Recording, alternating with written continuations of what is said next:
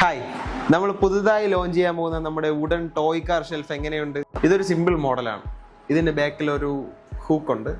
So നമുക്കിത് ചുവരിൽ hang ചെയ്തതിന് ശേഷം ഇതിനകത്ത് കാറുകൾ പ്ലേസ് ചെയ്യാം. പിന്നെ നമ്മൾ മെയിൻ പാർട്ട് എന്ന് പറഞ്ഞു കഴിഞ്ഞാൽ ഇതിൽ ടയർ വയ്ക്കാനായിട്ടുള്ള സ്ലോട്ടുകൾ നമ്മൾ കൊടുത്തിട്ടുണ്ട്.